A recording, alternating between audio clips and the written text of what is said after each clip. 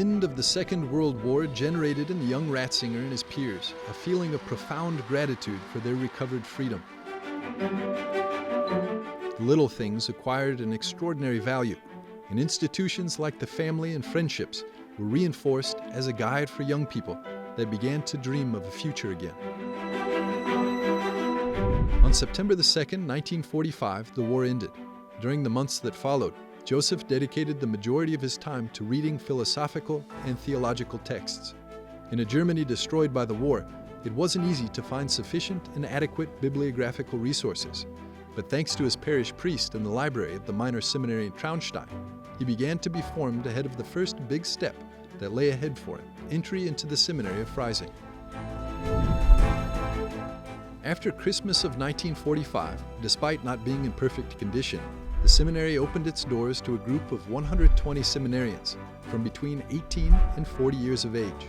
A mixed group, but one united by a hunger for knowledge and service of the Church. In 1947, the young Ratzinger concluded the cycle of philosophical studies and decided to pursue theological studies at the University of Munich.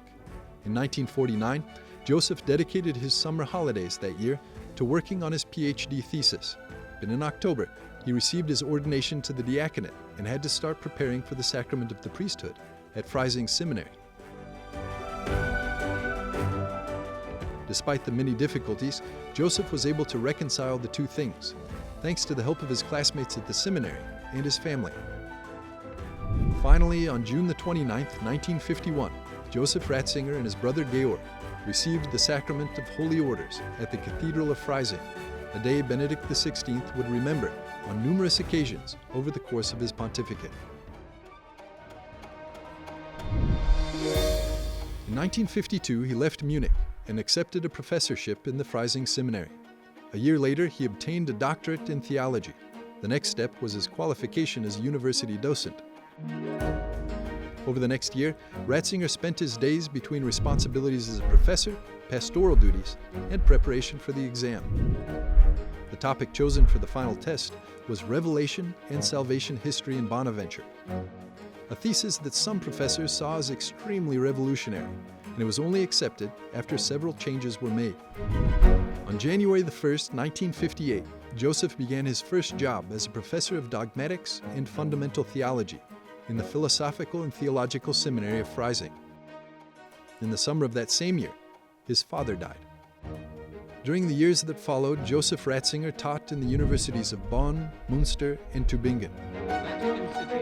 With the beginning of the Second Vatican Council in 1962, Cardinal Frings, Archbishop of Cologne and member of the Preparatory Commission, called on Ratzinger as a theological consultant.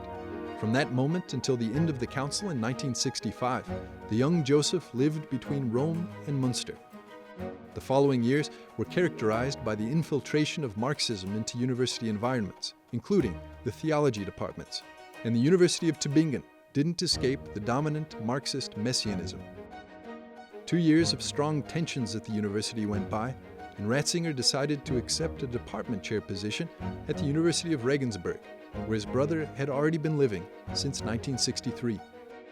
The first years in Regensburg coincided with determinant moments in Joseph's life.